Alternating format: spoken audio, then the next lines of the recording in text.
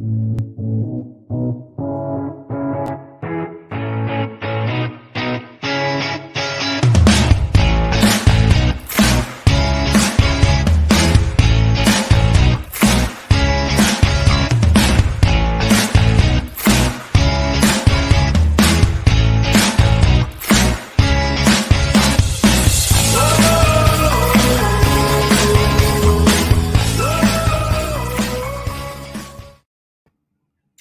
everyone, Dan Carson, Willowbend Mortgage here. This is actually the first truly live episode that we're shooting, so I'm going to ask everyone to bear with me today. Hope that you've enjoyed the past two episodes. Last week we had Chad Stansel on, my business partner. The first week I kind of gave an overview of the lack of direction or direction that we're going to have on the show. So Chad and I, great partners, and I've got a great guest on today that I'm excited to introduce you to here in a few minutes. But last week we shared a lot about leadership and how we run our teams, how we've come up with a philosophy that we have, and how we support our people. And a perfect example of that this week, we like to reward our people for the hard work that they do. And we rented out a big kind of pontoon type yacht, double decker boat, took the whole team out and got to enjoy some time with each other. We asked that everybody put their out of office on, and we got to connect with our whole group. So we've got several locations. We've got about 30 to 35 employees total. We even had a new employee that was actually their first day, was getting to meet everybody in that situation. So it's like we said, we're big on culture. We're big on providing a unique experience for people that are in the mortgage business, that want to enjoy what they do. They want to work hard, they want to learn, and they want to grow with a group of people that are like-minded, that have an abundance mindset. So been fortunate to get that experience. It was a fun week. And it was a fun day to just kind of check out and relax. So anybody that's in leadership out there, you got to remember to support your people. Give them opportunities to connect outside of the workspace. Everybody has the water cooler talk. Everybody talks, in their offices, in their cubes. But when you put them in a social setting where there's no work involved, it allows them to really get to know each other, and it creates stickiness. And everybody enjoyed themselves. I can't tell you how many people have come up or said how much they appreciate it. And it's a small investment of time and energy to give them a reward for what they're doing. They all work hard. We've got some of the hardest working people in the business, and it's great to give people an opportunity to cut up on occasion and enjoy each other socially. So speaking of hard work, I've got a guest on the show today. It's one of the hardest working realtors I know. She's one of the best in the business. We've actually been on a podcast before, and we guested on the difference with the real producers, where she is one of the top 500 agents in all of Dallas. It's been a quick rise for her. I think she's even busted into the top 200 now. And she's one of the best people I know, one of my favorite referral partners that I work with. And I'm going to talk to her about her background, experience, how she's gotten into the business, and excited to bring Lauren Rockwell from Compass onto the show today. And Lauren, did we lose her? Looks like we may have lost her. I'm not.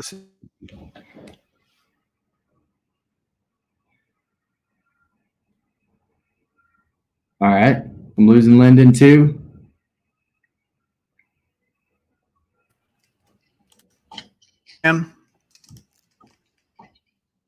Hey, you back, Lyndon? All right, guys. So we got some connection issues. The screen's frozen for Lauren, so she's going to hop back in as soon as she can. Lyndon's probably going to get her to there she is. Go. I'm here. So, hey, again, it's the first live show, so there's got to be some kinks somewhere along the way. Absolutely. So, and I have construction at my house right now, so just doing the best we can. Hey, there you go. You missed your awesome intro. I was talking about how great you are and all the cool things that you're doing, and how hard you work. So I just want to give you the floor for a few minutes to introduce yourself and talk about what you do, how you work with your clients, and how you got into the business. Mm-hmm. Absolutely. Well, thank you. Good thing I trust you, so I know it was good things, right? So my name's Lauren. I'm a realtor with Compass, and I've been in the business for, gosh, about 5 years now. And I love my job. It is crazy, especially in this market. I work long hours, but it's so worth it when my clients get into their homes. And especially when you have great partners like Dan, it makes things even easier. Um, so I got into real estate. I was teaching and loved my students, loved my job, but just was looking for a different fit. And I watched a movie where the main character was a real estate agent, and I was really intrigued. I thought, I love contracts. Contract law was my favorite class I took in college, and I love people. So I was getting married, and I was like, you know what? I'll give it a shot. And I'm so grateful I did. I was 23 when I started, and it took a bit to get going. I did a lot of leasing at first, and I'm just so humbled by how my business has just snowballed from there. Everyone I work with is people either I know from growing up or college, family, friends, and they're people. So I love running a referral-based business. I get to meet the coolest people from it, or get to reconnect with people that I haven't talked to in a while. So that makes it really fun and more meaningful. Dan may have mentioned I work with a ton of first-time home buyers just because of my age, and I love doing that because I get to coach about the buying process. And I'm also seeing my business, and Dan, you've helped me with quite a bit of them too, transition as well from not only first-time home buyers, but from empty nesters. I've helped a ton of empty nesters this year sell the big home and move to a smaller home. So that's been really fun to see as well. Yeah. I think we met in a period where you were starting to transition, and your business was transitioning. You were growing. You were kind of in the middle of your growth phase, and you've grown so much that you've actually added a new teammate recently. I have. I want to hear about your experience in bringing somebody in and starting to train them, and just some of the uniqueness around your specific situation. Absolutely.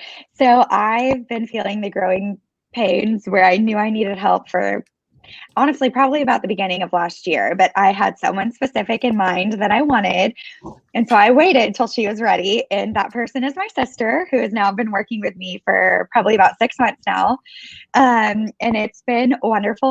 Oh my gosh, I could not do it without her. She's even said, she's like, what would you do if you didn't have me? And I'm like, I don't know. It wouldn't be good. I can't even think about that. So she, transitioned. I've been putting the real estate bug in her mind for over a year. But she was going through a lot of life changes, getting married. And finally, at the beginning of this year, she was like, you know what? I'm ready. I'm ready to take the leap. So it has been amazing. It's definitely interesting working with family. I will say I wanted her because she's such a hard worker. She picks up on things quickly, and she does everything with integrity. I know she is the type of person where she always wants to be better, and that's who I wanted to help my clients. It's scary trusting someone with your business, when you like things done a certain way and you want to make sure that someone's going to treat your clients with the way you treat them. And I knew there was no one better than my sister. So it has been, I had all these ideas of like, oh, we're going to do training. I can't wait to teach you all of these things. But because of the way the market is, she just had to jump in and go for it and learn as she's going. And it's been wonderful. I will say, I don't think anyone else could do it but my sister. We don't have any passive aggressiveness. We tell each other like it is. And I think that has been a tremendous help in my business, for her to be like, hey, I think you could do this better and not sugarcoat it. Or, hey, you need to be better about telling me how to do these things. So that's been really cool to see. Yeah, I feel, and your sister is fantastic. I don't know if you remember this, but you introduced us too, and I would have hired her myself. So absolutely. I said, if you don't go work for your sister, you have to come work for me. Exactly. She's awesome, and I can definitely see all the traits that she has. And one of the things, like when you jump into leadership and you're starting to like build a team and start growing, as a leader, you listen and you learn as many lessons from them. And you even mentioned that, she calls it how it is. So what are some of the things that you can point to specifically that she's called out that's made your business better since she joined, that you've heard? Absolutely. So I think a huge thing for me is I like things done a certain way. And I know that that is not the end all be all. And I know that I don't always do things either, the most efficient, or I know I can learn how to do things better. So that has been humbling, her telling me, hey, it does not have to be done this way. There are other ways that things can be done. And she's had a lot of experience with helping companies grow. So that has been so essential for me to have in my business. And it's definitely making me take a step back where, hey, I don't always, even though I've been in this business longer, I don't always know the best way to run things. There are other opinions out there, and it's great having someone else from the outside come in and kind of say, hey, I think it'd be more helpful if you do this, or hey, I think we need to focus on this more. So that's been great and humbling as a leader to see, but I'm reminded that's why I wanted her. I knew she'd be the type of person to come in and help me run things more smoothly and point out what I could be doing better. Yeah, that's awesome. Now, have you two, if you were to say you had one goal for her, what would you say that one goal would be? That's a really good question. My one goal, I think, by the end of this year is for her to feel confident in knowing, not only how to make an aggressive offer, how to protect her clients. She is already aware of that, but feeling confident, like, hey, I know my stuff.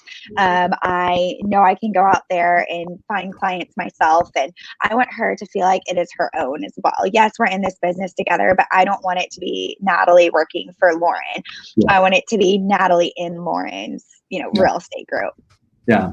And that's the perfect mindset. I tell my people all the time, it's like, my goal is not to stay your boss. Like, exactly. if I get the honor of like you surpassing me one day, that's what real leadership is trying to help people reach their peak potential. And that's really cool that you already have that mindset.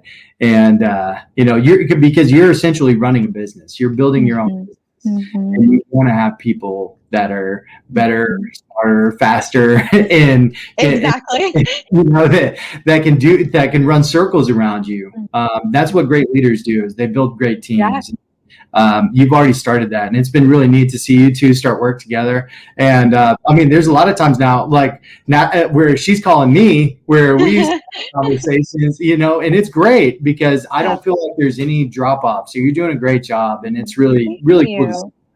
And I'm sure you have that experience with me because I train people, and you're working with our team as well. Absolutely. And it's always kind of a unique experience when you're bringing somebody new into something that's your baby. It's your business, it's your clients, your connections. And I think that you guys have done a really good job. And I think that the fact that your family isn't, sometimes there's certain people that are family that can't work together. Like, totally. We see it all the time where they try. It could be brothers and sisters, it could be husbands and wives. Like, sometimes the family situation just doesn't work out, and you guys are the exception to that. Y'all have been awesome. I love working with you, and I think that experience transitions onto your clients, and they feel that same way.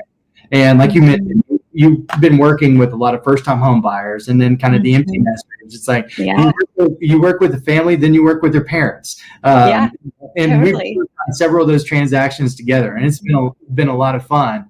But going into this market, knowing and all the craziness, and so people that are watching the show right now that don't understand what's going on in Dallas real estate, you've got a mixture of market appreciating, a lack of inventory, and one of the most aggressive sellers markets that we've ever been in. We're starting to see a little bit of give there and a little bit of buyer fatigue there, but I want to get your opinion for first-time home buyers that are in the market right now.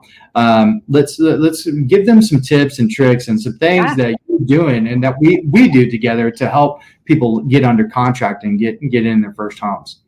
Absolutely. So biggest thing, and this is not just a plug for Dan and I, but this is just the absolute truth.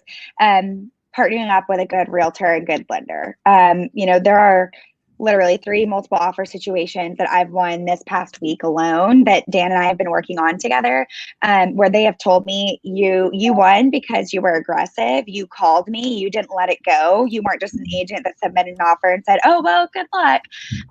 So partnering with people that really care and will take the time to put your offer forward, because it makes the absolute difference. Not only, having us fight for you, we always call the agents. Dan and I work together. Dan, how many times have I texted you late on a Friday or like first thing Sunday morning? And I'm like, Yeah. hey, it's the weekend, but we got this going. Yeah. So truly finding people that will fight for you, because it's a 24/7 business. And that's why you have to have teams to fill in the gaps. But also to set you up for success. There are a ton of buyers in this market who they'll see a home on Zillow and they're like, let me go see it. And then it's already under contract. It's been multiple offers. They're not pre-approved to get a loan on the house. So we can set you up for success from the beginning to help you stand out. And it's essential. And I think that's why Dan and I have had so much success together with really winning offers for our clients on some great homes. A lot of people are scared that they have to settle in this market because there's not a lot of inventory, but all of our clients that we've gotten into homes are getting these amazing homes that they're obsessed with. And we love getting to work together for that. So yeah, it's one of the greatest things about what we do is, I've said several times, like we get to help people pursue the American dream, home ownership, like buying their first home and seeing the reactions of the clients when they get into their own, like the closing we had a couple of weeks ago. I was heading out of town. I stopped in. I'm wearing like golf clothes, but it was rushed, but we made it. And then getting to hug the dad of that little family that's buying the first home, like those are the moments that we live for. Absolutely.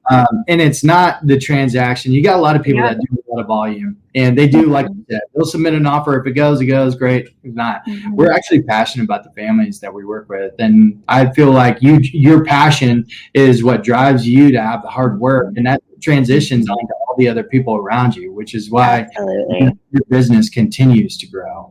And it's such a pleasure to work with you, and those calls on the weekends and texts on Sunday morning, whatever it is, like it's not the same if you like you're passionate about what we do.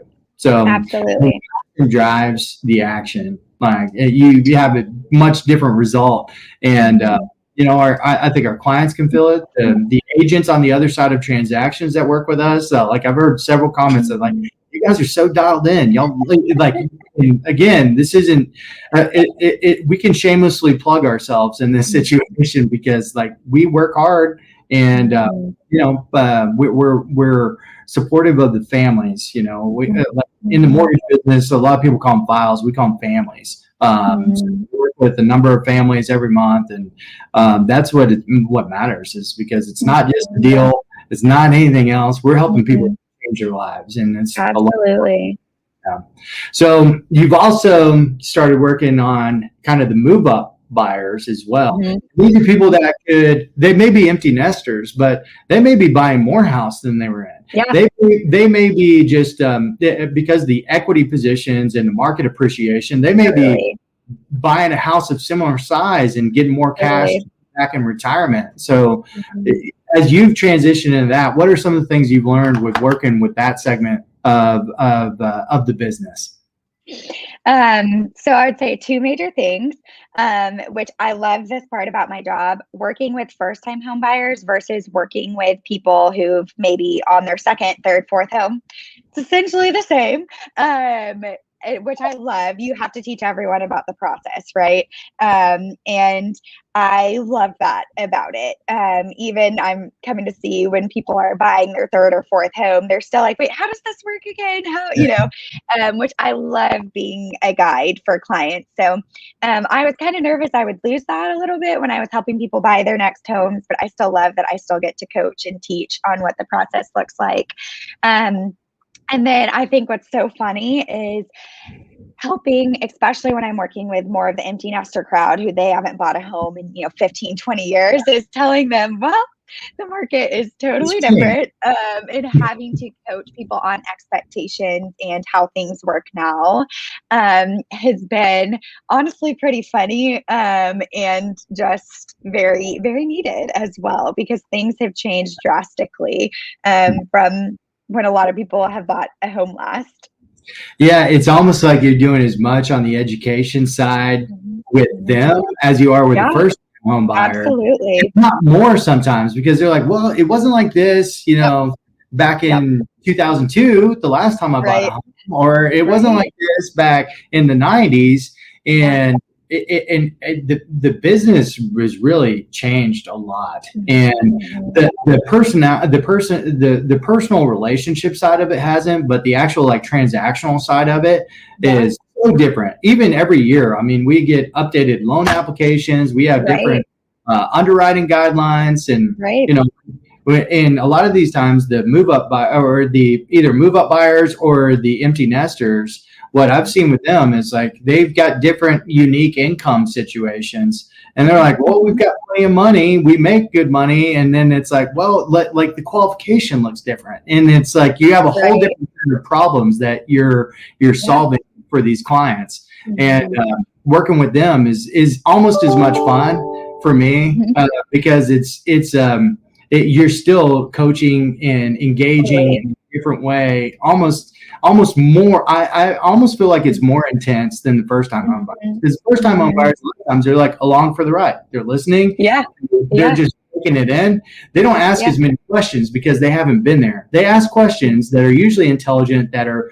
like big picture items, but you get into the minute details when you're working with some of the empty nest and transitional buyers.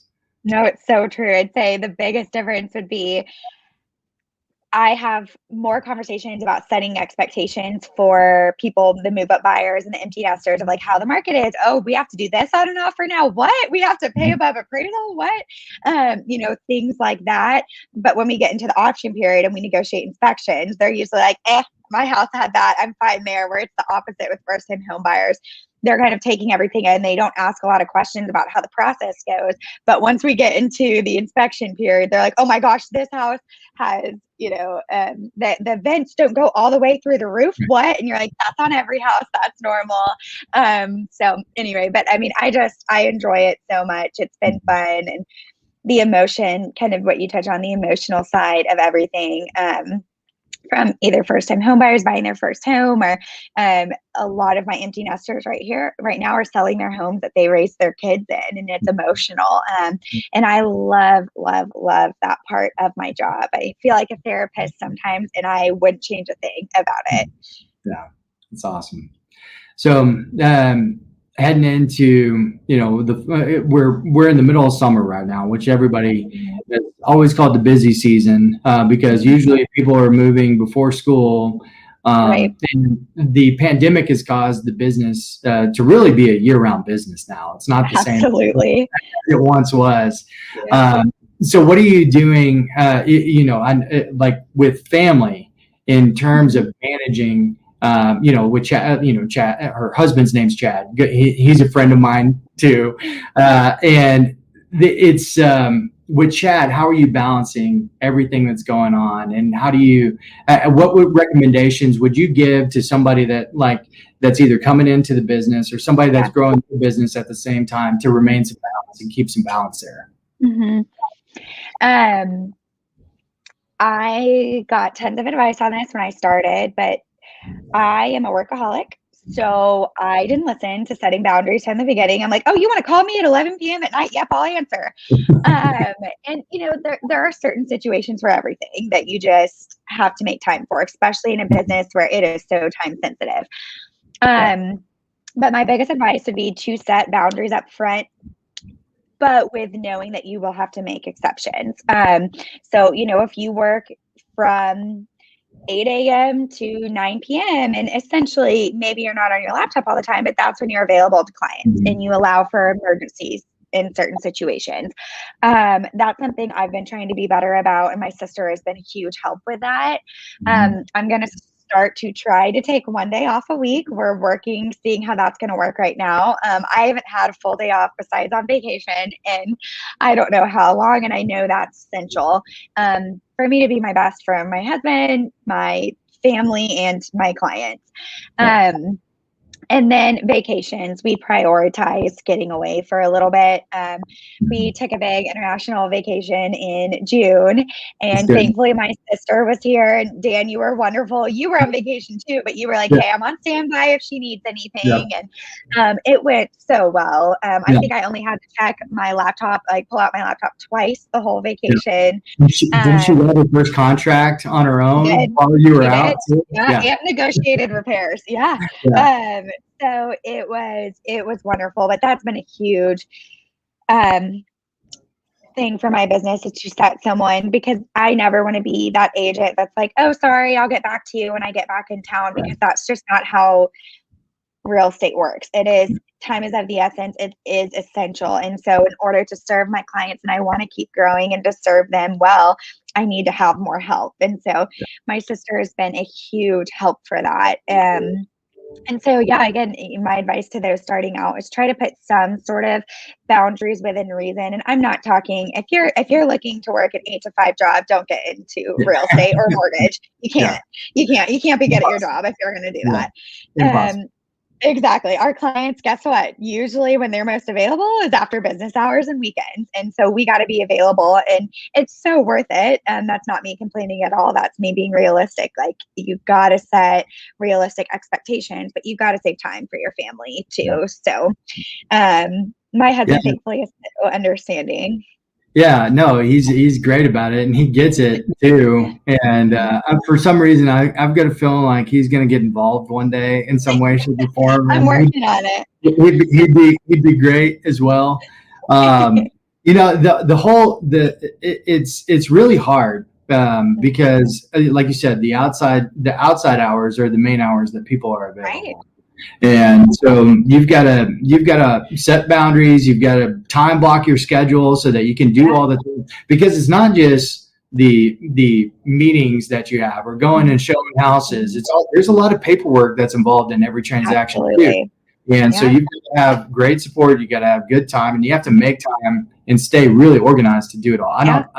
I don't know how you have people in the backseat of your car and also they make all the time to do all the other things that you guys do, marketing and everything. So it's like, you've got to have good support and good team around you and be able to lead. And it's really cool to see you start that phase of it. And I know that you're going to build out a great team, and you're going to continue to see you rise in the rankings. You've just done a fantastic job in the business. So, and I really enjoy partnering with you in that. It's one of my greatest joys. So, I getcha. You know, I think that this is a unique time in life. It's to be enjoyed, and but, you know, and the people that we get to serve are all in that same situation. It's a unique time in life, and there's a lot of crazy stuff going on in the world.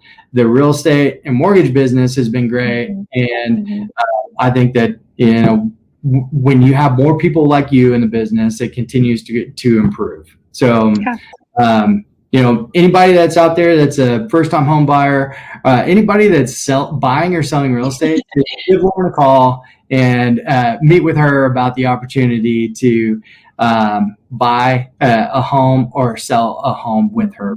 She's fantastic. She works really hard. So, you know, covered a lot on the show today. This was a lot of fun to have you on. I'm so grateful for you as a partner.